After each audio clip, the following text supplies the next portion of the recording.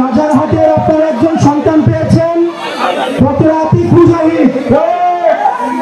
এই আতিক মুজাহিদ আপনাদের প্রতিনিধিত্ব করছেন।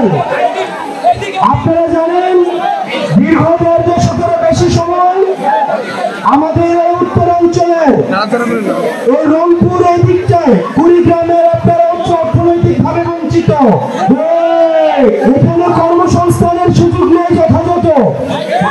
আতিক মুজাহিদ ভাই আপনাদের পক্ষ হয়ে সবসময় অন্যায়ের পক্ষে, অন্যায়ের বিরুদ্ধে, ন্যায়ের পক্ষে আকস্মিকভাবে লড়ে যাচ্ছেন। আমরা আতিক মুজাহিদ ভাইকে আপনাদের কাছে দিয়ে গেলাম। আপনারা আতিক মুজাহিদ ভাই আছেন,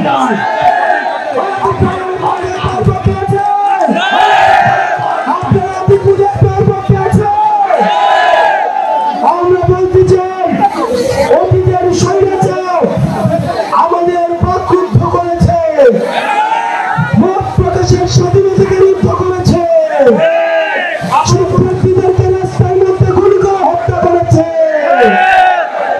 আলেমদেরকে দাড়ি টুপি দিয়ে দাড়ি টুপি সহ মসজিদের মিম্বার থেকে টেনে টেনে নামিয়েছে। আমাদের কোনো মত প্রকাশের স্বাধীনতা ছিল না।